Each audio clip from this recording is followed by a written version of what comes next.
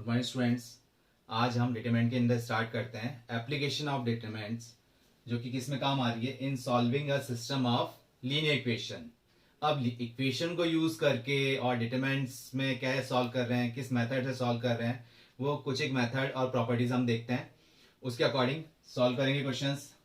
तो जैसे कि स्टार्ट कर रहे हैं application of determinants in solving a system of linear equation.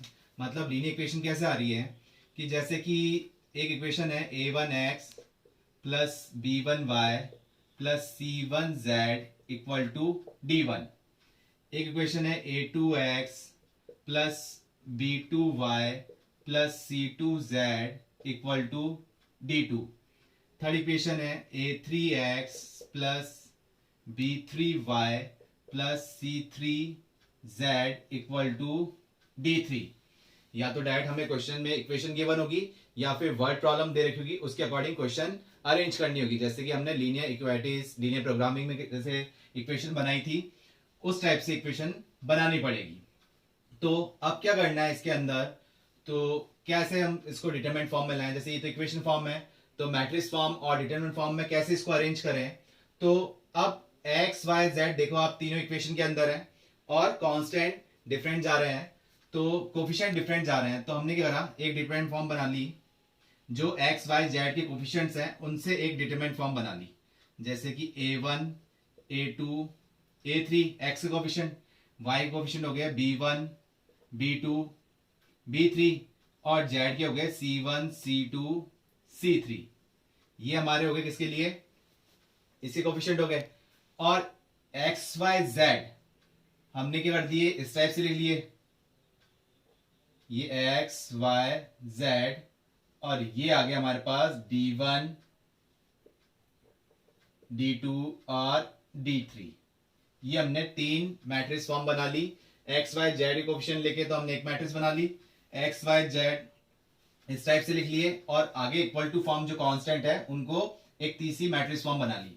अब जब इस इक्वेशन को वापस मल्टीप्लाई करेंगे, इन दोनों मैट्रिक्स को मल्टीप्लाई करेंगे, तो वापस ये इक्वेशन अरेंज हो जाएगी। जैसे देखिए a1 into X b1 into Y c1 into Z equal to d1। ऐसे ही सेकेंड इक्वेशन, ऐसे ही थर्ड इक्वेशन बन जाएगी।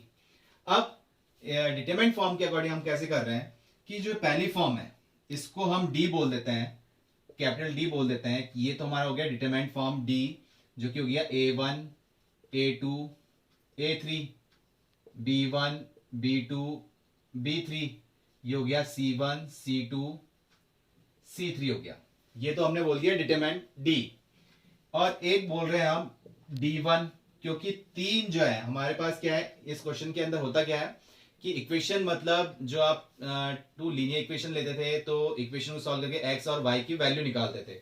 अब तीन इक्वेशन है तो एक्स वाई जेड की वैल्यू निकालनी है। तो वैल्यू कैसे निकालना है, हम इस डिटरमिनेंट की हेल्प ले रहे हैं। तो कैसे ले रहे हैं इन इक्वेशन को, तो अब d1, डी का मतलब तो हो गया जो ये मैट्रिक्स थी इसको हमने डी बोल दिया, डिटरमिनेंट फॉर्म, मैट्रिक्स हटा के क्या कर दिया, डिटरमिनेंट कर दिया। d1 का मतलब क्या हुआ, जो फर्स्ट कॉलम है a1 a2 a3 इसको रिप्लेस कर देंगे किससे, d1 d2 d3 से। मतलब के d1 जो आ गई, क्या आ गया, d1 d2 d3 आ गया, और अदर टू कॉलम्स को एज इट इज लिख दिया, b1 b2 b3 c1 c2 c3, ये कर दिया हमने। नेक्स्ट d2 जो है, ये d तो हो गया एक डिटरमिनेंट, ये हो गया। d1 क्या हो गया, ये हमारी फर्स्ट कॉलम को रिप्लेस कर दिया इससे। d2 मतलब सेकंड कॉलम को रिप्लेस कर देंगे इससे, और first two as it is रखेंगे। तो a1 a2 a3, ये हो जाएगा d1 d2 d3, और ये हो गया c1 c2 c3, ये हो गया। नेक्स्ट d3 भी हम निकाल रहे हैं, क्योंकि तीन वेरिएबल चाहिए हमको। तो कैसे निकाल रहे हैं, ये थर्ड जो कॉलम है उसको रिप्लेस कर देंगे किससे, d1 d2 d3 से, और फर्स्ट टू कॉलम को एज इट इज रख देंगे, b1 b2 b3, और थर्ड वाली को रिप्लेस कर दिया इस कांस्टेंट फॉर्म से। तो ये चार डिटरमिनेंट फॉर्म निकली। एक तो डी निकला जो कि क्या था, एक्स वाई जेड के कोफिशिएंट जो थे उससे एक मैट्रिक्स बनी, उसको हमने बोल दिया capital D, determinant form. d1 क्या हुआ, जो फर्स्ट कॉलम थी उसको रिप्लेस कर दिया इन कांस्टेंट से, फिर D2 मतलब फर्स्ट और थर्ड कॉलम ऐसे रखी, सेकंड कॉलम को रिप्लेस कर दिया D1 D2 D3 से। D3 का मतलब क्या हुआ कि हमने क्या निकाल रहे हैं कि थर्ड कॉलम को रिप्लेस कर दिया D1 D2 D3 से, और फर्स्ट टू कॉलम्स को क्या रखा, एसिस रखा। तो अब ये D1 D2 D3 क्यों निकाल रहे हैं और D क्यों निकाला, इस इक्वेशन कैसे यूज कर रहे हैं, वो हम अब प्रॉपर्टीज देखते हैं जो कि आपको यूज में लेनी है। इसमें जो सबसे पहली फॉर्म जो हम निकालते हैं वो किससे निकालते हैं, क्रैमर्स रूल के अकॉर्डिंग निकालते हैं। किससे निकाल रहे हैं हम, क्रैमर्स रूल। क्रैमर्स रूल के अंदर क्या कर रहे हैं, अगर determinant D not equal to 0 है, ये जो प्रॉपर्टीज आपको लिखवा रहा हूं यही आपको अब याद रखनी है। अभी तो एक रफली बता रहा हूं, उसके बाद प्रॉपर्टी लिखेंगे जो कि आपको याद करनी है, उसी के बेस पे हम क्वेश्चन कर पाएंगे।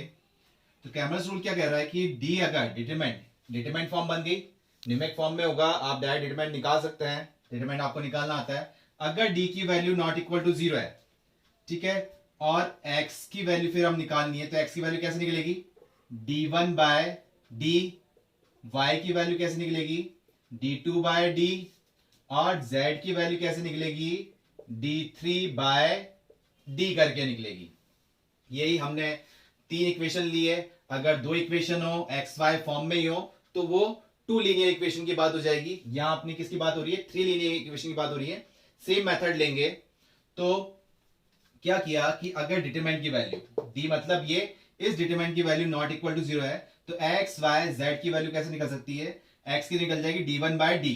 डी मतलब तो ये हो गया हमारा डिटरमिनेंट, d1 मतलब ये आ गया जो फर्स्ट कॉलम को हमने रिप्लेस किया था d1 d2 d3 से, तो ये हट गया। तो d1 d2 d3 आ गया, इसका डिटरमिनेंट निकालेंगे तो उसे d1 बोलेंगे, सेकंड कॉलम में रिप्लेस कर दिया तो उसे d2, और थर्ड वाले को हम क्या बोल रहे थे, d3 बोल रहे थे। तो इस टाइप से एक्स वाई जेड की वैल्यू निकल के आएगी। और अगर d इक्वल टू 0 आ गया, ये तो फर्स्ट पॉइंट हुआ हमारे पास। सेकंड पॉइंट क्या कह रहा है इसमें कि d की वैल्यू 0 आ रही है, और d की वैल्यू 0 हुई, और इनमें से d1 d2 and d3 at least one of them, जैसे हम लिख लें एटलीस्ट वन ऑफ देम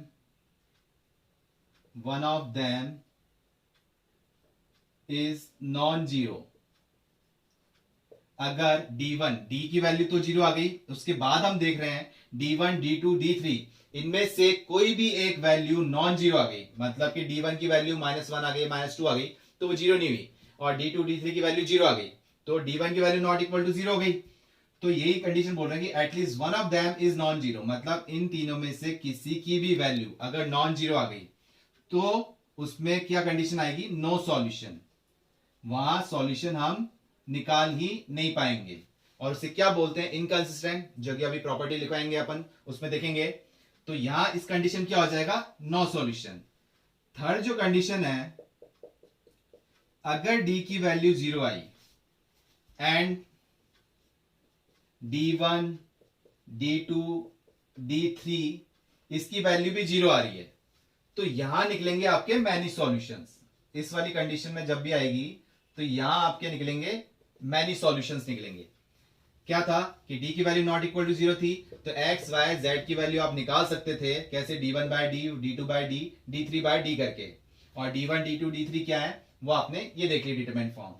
और d की वैल्यू अगर 0 है और d1 d2 d3 इनमें से कोई भी एक नॉन जीरो है, तो उस कंडीशन में नो सॉल्यूशन, वो डायरेक्ट हो जाएगा हमारा क्या, नो सॉल्यूशन।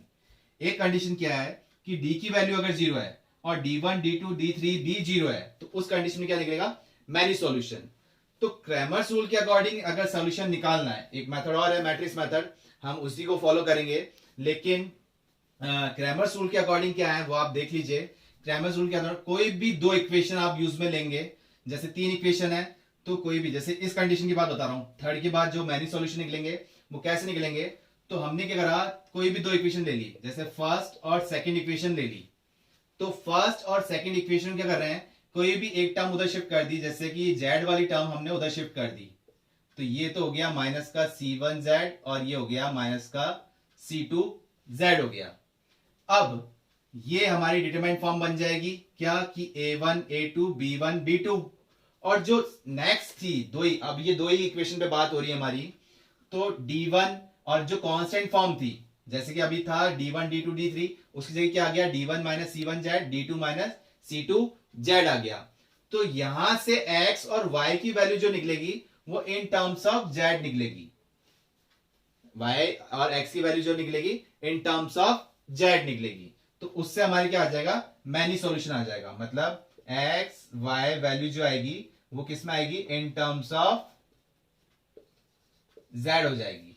ये थोड़ा लंबा सॉल्यूशन हो जाएगा, इसलिए सिर्फ मैं प्रॉपर्टी ही बता रहा हूं। वापस सुन लीजिए, कोई भी दो इक्वेशन हम ले लेंगे और उसमें तीसरा एक वेरिएबल है उसको शिफ्ट कर दिया हमने, इस टाइप के फॉर्म में कर दिया। अब दो इक्वेशन ले ली तो इसी कोएफिशिएंट तो क्या बन गए, जैसे इसकी मैट्रिक्स तो बन गई, क्या बन गई, ये a1 b1 a2 b2, और कांस्टेंट जो था वो कांस्टेंट जो, ये तो हमने ले लिया d, ये तो हमारे पास d हो गया। और d1 के लिए क्या करेंगे, जैसे हमने d1 के लिए क्या किया था, फर्स्ट कॉलम को रिप्लेस किया था d1 d2 d3 से। अब ये टू ऑर्डर की ही मैट्रिक्स बनी है, तो इसमें क्या करेंगे, d1 के लिए इसको रिप्लेस, मतलब a1 a2 को रिप्लेस कर देंगे किसे, d1 minus c1z d2 minus c2z से।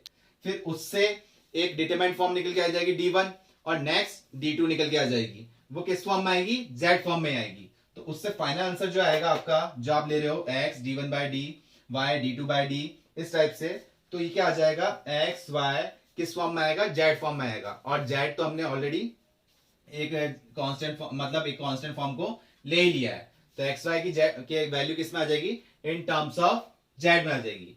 तो ये क्या था, हमारे पास क्रैमर्स रूल था, जो कि मेन ये पॉइंट हमको ध्यान में रखना है कि इस कंडीशन में क्या होता है, इस कंडीशन में क्या होता है, इस कंडीशन में क्या होता है। जहां सॉल्यूशन की बात आ रही है, तो सॉल्यूशन निकालने के लिए हम कौन सा मेथड यूज लेंगे, मैट्रिक्स मेथड यूज लेंगे। मैनी सॉल्यूशन के लिए बात आएगी तो इस टाइप से हो जाएगा, और सब्जेक्टिव में अब आता नहीं है पॉइंट्स हमारे पास, और ऑब्जेक्टिव की बात आए तो हम इसी पॉइंट से ये क्वेश्चन सॉल्व हो जाएगा। तो आगे हम देखते हैं कि जो कंडीशन ऑफ कंसिस्टेंसी है वो किस टाइप से निकल रही है, वो देखते हैं।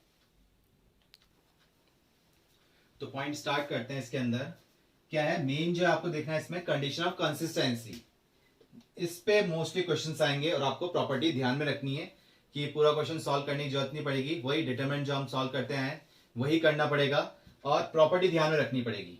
तो कंडीशन ऑफ कंसिस्टेंसी क्या है, कि वही अभी हमने 2 लीनियर इक्वेशन की बात कर लो या 3 लीनियर इक्वेशन की बात कर लो, जो कि अभी हमने देखा था कि कैसे डिनोट किया था। जैसे कि वापस देख लीजिए, a1x b1y plus c1z equal to, यहाँ था d1 d2 d3, इस टाइप से था। ये मैंने 0 0 लिया है होमोजेनियस इक्वेशन के अकॉर्डिंग, ये अभी बाद में देखते हैं। तो इस टाइप से इक्वेशन थी, जो कि क्या थे, d1 d2 d3 थे। अगर 2 इक्वेशन की बात होती तो ये z वाले हट जाते हैं, और तीसरी इक्वेशन हट जाती, ये 2 इक्वेशन बन जाता। कैसे आया था कि a1x plus b1y equal to d1, और a2x plus b2y equal to d2, ये दो इक्वेशन आती, ये दो की बात हो जाएगी। तो इसमें क्या निकलेंगे, d1 और d2 ही निकलेंगे, d3 नहीं निकलेगा। d3 किसमें निकलेगा, 3 लीनियर इक्वेशन के अकॉर्डिंग निकलेगा। तो चाहे वो 2 की हो 3 की हो, बात ऐसे अपन को इसी टाइप से करना है। क्या पॉइंट याद रखना है, if d equal to 0, d आपको पता है कि इन वेरिएबल्स का जो कोफिशिएंट आता है, जैसे इसका d बोल रहे हैं तो a1 b1 a2 b2, ये d हो गया आएगा। अगर वो d नॉट इक्वल टू 0 है तो उसे हम क्या बोलेंगे, कंसिस्टेंट। अगर डिटरमिनेंट नॉट इक्वल टू 0 है तो क्या बोलेंगे उसे, कंसिस्टेंट। और आपको यह भी ध्यान रखना है, कंसिस्टेंट बोलेंगे और क्या बोलेंगे, यूनिक सॉल्यूशन, एक सिंगल सॉल्यूशन आएगा उसका। दोनों तरह से ध्यान रखना है आपको, यूनिक सॉल्यूशन और कंसिस्टेंट। तो क्या हो जाएगा, d नॉट इक्वल टू 0 पे, और उसका यूनिक सॉल्यूशन क्या निकल के आ रहा है, जो अभी हमने क्रैमर्स रूल में देखा था, क्या x equal to d1 by D, y equal to d2 by D, और z equal to d3 by D. ये d1 d2 d3 आपको क्लियर है क्या है हमारे पास, और d भी हमको पता है कि डिटरमिनेंट फॉर्म है। तो इस टाइप से एक यूनिक सॉल्यूशन निकल के आ जाएगा। सेकंड पॉइंट है, अगर d की वैल्यू 0 है और d1 d2 d3 जो हमने निकाले वो भी 0 है, तब भी क्या होगा, वो कंसिस्टेंट ही होगा। लेकिन उस समय उसमें क्या बोलेंगे हम, इनफाइनाइटली मैनी सॉल्यूशन, उसके बहुत सारे सॉल्यूशंस होंगे, जो कि हमने क्रैमर्स रूल में देखा था कि दो इक्वेशन जैसी है उसको हम शिफ्ट कर देंगे। जैसे ये इक्वेशन है तो ये शिफ्ट होकर इधर आ गया, ये कट जाएगा, तो ये क्या आ जाएगा, माइनस का c1z हो जाएगा, यहां से हट गया। तो ये दो इक्वेशन कोई भी ले लेंगे, किसमें, इन टर्म्स ऑफ z में, और एक्स वाई, फिर वापस क्रैमर्स रूल लगाएंगे हम ये वाला, तो एक्स और वाई की वैल्यू क्या आ जाएगी इन टर्म्स ऑफ जेड ही आ जाएगी। फिर आगे देखते हैं, अगर डी की वैल्यू 0 आई, यहां पर भी डी 0 था, यहां पर भी डी 0 था, लेकिन इस कंडीशन में क्या है, एटलीस्ट वन ऑफ देम, मतलब D1 D2 D3, या अगर दो की बात हो रही है तो D1 D2, और अगर तीन लीनियर इक्वेशन की बात हो रही है तो D1 D2 D3, इन तीनों में से कोई भी एक नॉन जीरो है जिसकी वैल्यू इक्वल टू जीरो नहीं आ रही है, तो वो क्या कहलाएगा, इनकंसिस्टेंट। उसे हम क्या बोलेंगे, इनकंसिस्टेंट। और वहां उस केस में क्या हो जाएगा, नो सॉल्यूशन, कोई सॉल्यूशन निकल के नहीं आएगा। आपको दोनों तरीके से ध्यान रखना है आपको ये कि कंसिस्टेंट यूनिक सॉल्यूशन कब होता है, कंसिस्टेंट इनफाइनाइटली मैनी सॉल्यूशन कब होगा, इनकंसिस्टेंट नो सॉल्यूशन। वो रही पॉइंट याद रखना है आपको कि कुछ भी बोल सकते हैं क्वेश्चन के अंदर। तो ये हुआ हमारे पास, और मेन था ये कि निकलेगा कैसे, तो वो हमने अभी क्रैमर्स रूल में देखा कि इन टर्म्स ऑफ जेड में निकलेगा। फिर आगे जो हम बात कर रहे हैं, एक नेक्स्ट, ये तो था लीनियर इक्वेशन जो हम निकाल रहे थे, थ्री लीनियर इक्वेशन जिसके कांस्टेंट दे रखे थे D1 D2 और थ्री इक्वेशन है तो D3। अब नेक्स्ट जो है इसमें होमोजीनियस इक्वेशन है। होमोजीनियस इक्वेशन में जो D1 D2 D3 है वो ना आके क्या आएंगे, 0 0 आ जाएंगे। तो जब ये इक्वेशन किसकी इक्विवेलेंट है, जीरो की इक्विवेलेंट है, तो वो क्या कहलाएगी, होमोजीनियस इक्वेशन कहलाएगी। ये हमेशा क्या होती है, कंसिस्टेंट ही होती है, इज ऑलवेज कंसिस्टेंट, कंसिस्टेंट हो गई। लेकिन इसमें भी दो आ रहे हैं, टर्म्स आ रही हैं, तो वो क्या आ रही हैं, अगर डेल्टा की वैल्यू, डेल्टा मतलब डिटरमिनेंट डी लिख देते हैं, अगर डी इक्वल टू जीरो है और एक D not equal to zero है, दोनों ही ले लेते हैं, एक तो D not equal to zero और एक डी इक्वल टू जीरो, कब होमोजेनियस पे इक्वेशन पे बात हो रही है। अगर D not equal to zero रहा तो इसमें क्या आएगा, ये कंसिस्टेंट तो है ही, क्या आ रहा है, यूनिक सॉल्यूशन आ रहा है।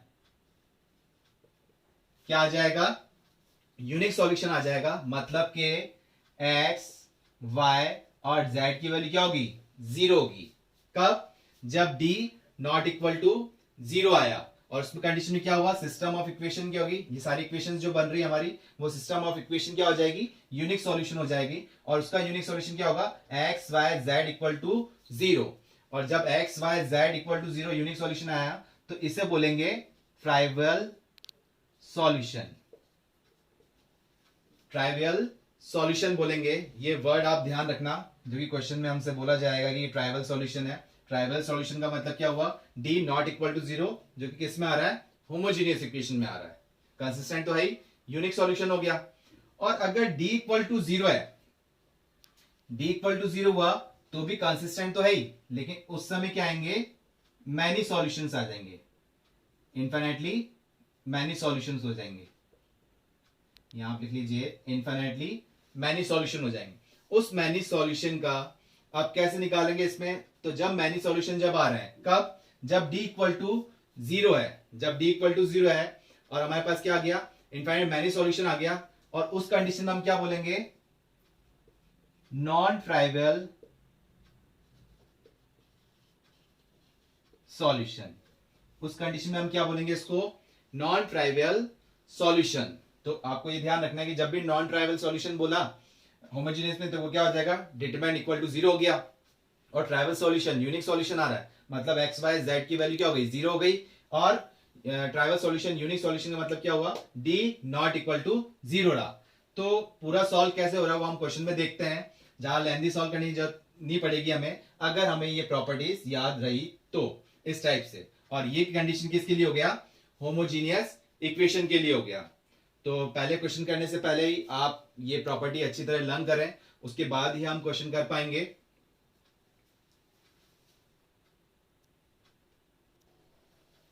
अब क्वेश्चन लेते हैं हम इसमें, जिससे हमें क्लियरिटी मिले उन प्रॉपर्टीज की। क्वेश्चन क्या है, if the system of linear equations, तीन लीनियर इक्वेशन दे रखी है हमें, जैसे क्या x plus two a y plus a z equal to zero, next है x plus three y plus b z equal to zero, एक है x plus four c y plus c z equal to zero, has a non zero solution, non zero solution है, then a B c are in, option दे रखे A P G P H P, और fourth option है कि एक equation satisfy कर रहा है a plus two B plus three C equal to zero. अच्छा क्वेश्चन है, जो कि AIEEE में आया हुआ है हमारे पास। तो कैसे सॉल्व करेंगे, और इस क्वेश्चन को सॉल्व करने से पहले ही वो हमें प्रॉपर्टीज लर्न होनी चाहिए, अदरवाइज ये क्वेश्चन नहीं हो पाएगा हमसे। तो प्रॉपर्टीज के अकॉर्डिंग क्या है, एक तरह से देखा जाए तो इक्वेशन क्या बन रही है, इक्वल टू 0 0 0, मतलब कि होमोजीनियस इक्वेशन है। होमोजीनियस इक्वेशन है और क्या has a non zero solution. तो होमोजीनियस इक्वेशन क्या होती है, कंसिस्टेंट होती है, लेकिन दो कंडीशन है उसमें, एक तो डेल्टा नॉट इक्वल टू 0 और एक डेल्टा इक्वल टू 0, जो कि आपने अभी भी लर्न की। तो डेल्टा जब नॉट इक्वल टू 0 था तो क्या था, यूनिक सॉल्यूशन था, और उसमें हमारे पास डायरेक्ट वैल्यू आ गई थी क्या, x0 y0 और z भी 0। लेकिन जब डेल्टा, और उसे हम क्या बोल रहे थे, ट्राइवियल सॉल्यूशन, और जब डेल्टा इक्वल टू 0 था तो क्या आ रहा था, इनफाइनेटली मैनी सॉल्यूशन निकल के आ रहे थे, और उसको हम क्या बोल रहे थे, नॉन ट्राइवियल सॉल्यूशन, मतलब के नॉन जीरो सॉल्यूशन आ रहे थे।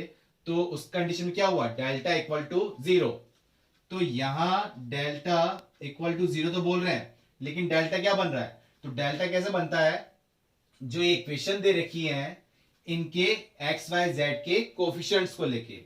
तो ये तो कंफर्म हो गया कि डेल्टा इक्वल टू 0 है। अब क्या बन रहा है डेल्टा, तो इधर से फर्स्ट इक्वेशन के एक्स का कोफिशिएंट हो गया 1, वाई का कोफिशिएंट हो गया 2a, जेड का कोफिशिएंट हो गया a।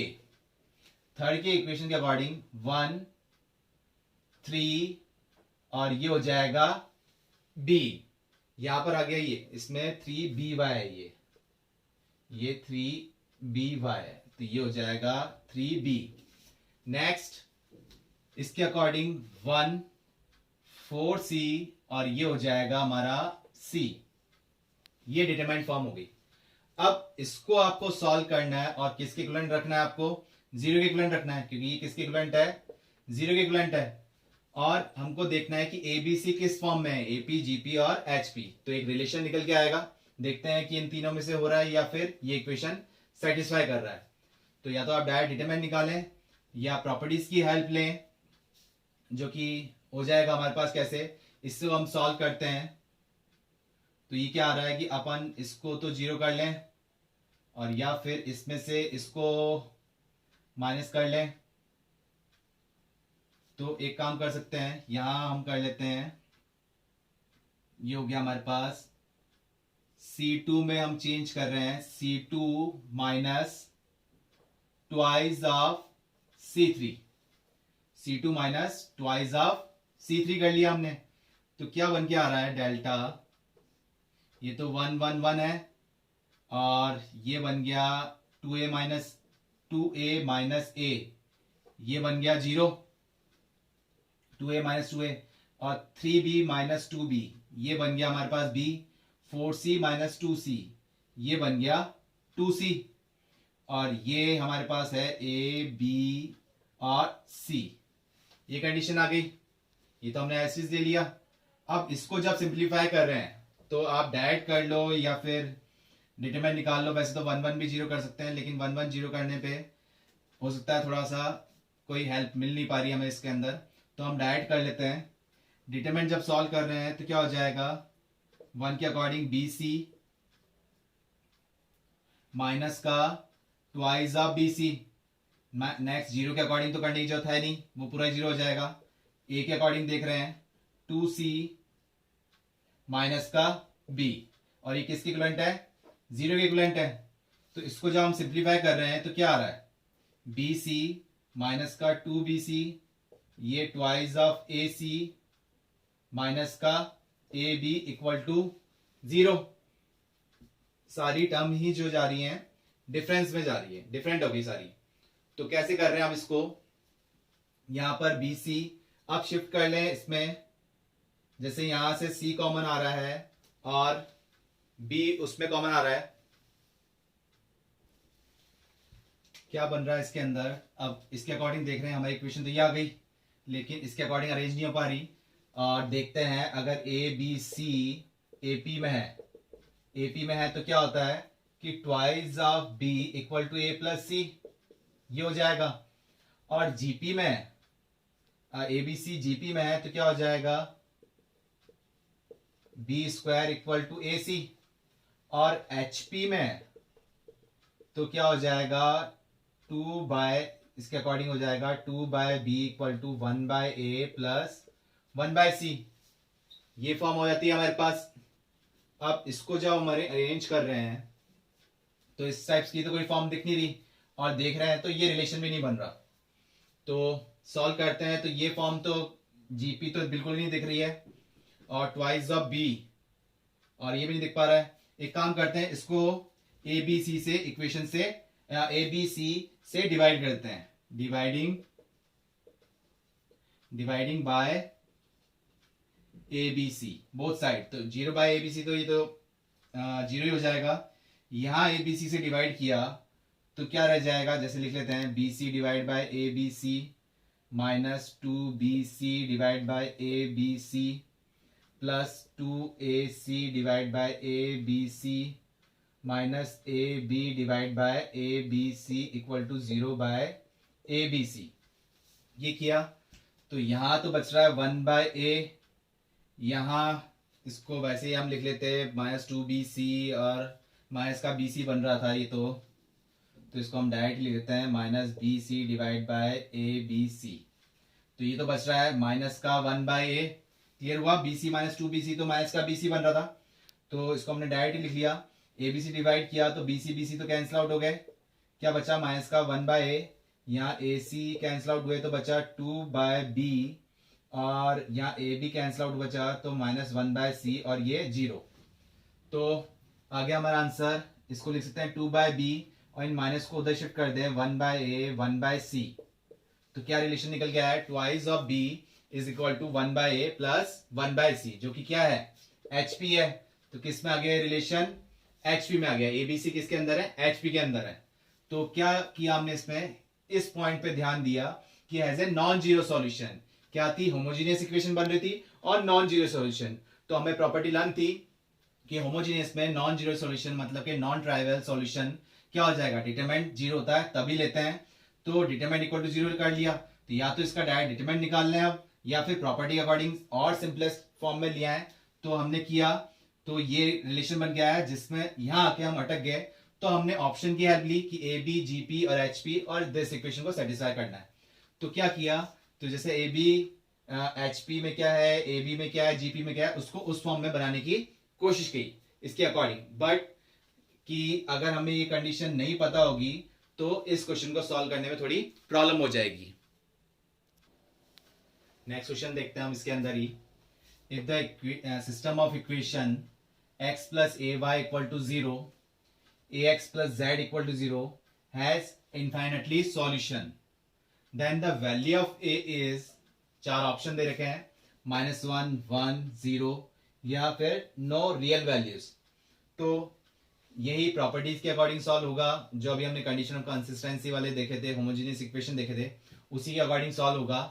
और IIT में आया हुआ क्वेश्चन है, बट बहुत इजी है, क्योंकि अगर हमें प्रॉपर्टी लाना है तो बहुत इजी है। तो क्या है, पहली बात तो ये टू लीनियर इक्वेशन है, और किस में है, जीरो इक्वल टू फॉर्म में है। तो ये कौन सी इक्वेशन है, होमोजेनियस इक्वेशन। और क्या बोला है, has infinitely solution then value of a. तो इनफाइनाइट सॉल्यूशन कब आ रहे हैं, यूनिक सॉल्यूशन। भाई होमोजेनियस में दो ही कंडीशन थी, कंसिस्टेंट तो था ही, कब, डेल्टा इक्वल टू जीरो और delta not equal to zero. Not equal to zero पे था, बार बार ध्यान रखिए आप कि x equal to zero, y equal to zero, z equal to zero, unique solution. और ये क्या आ रहा है, इनफाइनाइट सॉल्यूशन, मतलब कि डेल्टा इक्वल टू जीरो पे जा रहा है। तो मेन है डेल्टा। डेल्टा कैसे निकलेगा, इक्वेशन से। तो डेल्टा हम निकाल रहे हैं, तो डेल्टा क्या है, x और y की कोफिशिएंट। तो x का कोफिशिएंट तो यहाँ 1 है, y का कोफिशिएंट यहाँ a है, और इसमें एक कंडीशन हमारे पास है, ये हो गया।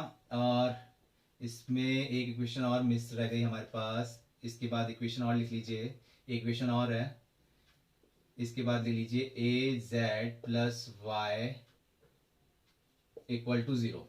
तीन लीनियर इक्वेशन ही है इसमें अंदर। तो 1a, अब इस कंडीशन में अब देख रहे हैं हमारे पास z है ही नहीं। अब देख रहे हैं इसमें x का कोफिशिएंट हो गया 1, y का कोफिशिएंट हो गया a। अब यहाँ z है ही नहीं, और हम z क्यों ले रहे हैं, क्योंकि एक इक्वेशन के अंदर z भी है, तीन वेरिएबल आ रहे हैं। तो 3 ऑर्डर की ही डिटरमिनेंट फॉर्म बनेगी, और अगर 2 होता तो हम 1 और a में ही लिख देते इसको। तो यहाँ इसमें z है नहीं, मतलब किससे रिप्रेजेंट कर रहा है वो, 0 से। सेकेंड इक्वेशन के अंदर a z plus y equal to 0 है, तो यहां पर x नहीं है तो ये 0 हो गया। y है, y का कोफिशिएंट कितना है, 1 हो गया। z है, z का कोफिशिएंट कितना हो गया, a हो गया। थर्ड इक्वेशन है ax plus z equal to 0, तो x का कोफिशिएंट तो है a, ये आ गया हमारे पास, y है ही नहीं तो ये 0 हो गया, और z का कोफिशिएंट कितना हो गया, 1 हो गया। ध्यान रखिए जितने भी ऑर्डर के डिटरमिनेंट फॉर्म है उसमें जो वेरिएबल नहीं है तो उसका कोफिशिएंट क्या होगा, 0 हो जाएगा। जैसे कि यहाँ z आ रहा है 3 इक्वेशन के अंदर, तो यहाँ पर z का कोफिशिएंट क्या लिया हमने, 0। ऐसे ही यहाँ y नहीं था तो इसका कोफिशिएंट क्या ले लिया हमने, 0।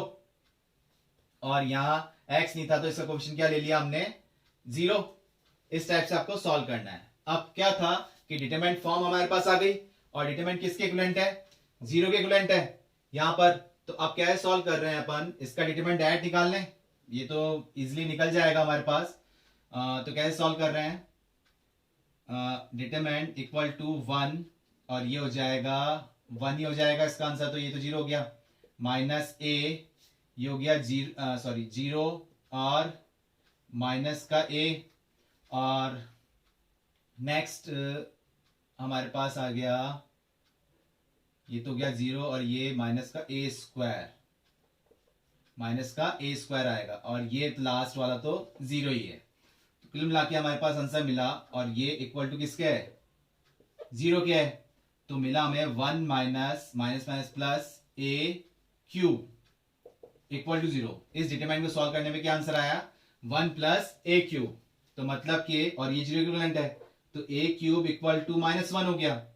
तो a क्यूब माइनस के इक्विवेलेंट है, क्यूब रूट लेते हैं तो a की वैल्यू क्या आ रही है, -1। तो क्या आंसर मिला हमें, -1। लेकिन कैसे मिला, जब बोला उसने इनफाइनाइट मैनी सॉल्यूशन, तो हम इक्वेशन पकड़ नहीं पाए, और क्या infinite many solution, unique solution क्या है इसके बारे में पता नहीं होगा हमें, तो ये क्वेश्चंस करने में थोड़ी प्रॉब्लम आएगी। तो इसके अकॉर्डिंग देखो आईआईटी में क्वेश्चन आया हुआ था, लेकिन कितना इजी था, वो इजी तभी बनेगा कि जब आपको सारी प्रॉपर्टीज अच्छे से क्लियर हो, तभी आप क्वेश्चंस ये कर पाएंगे।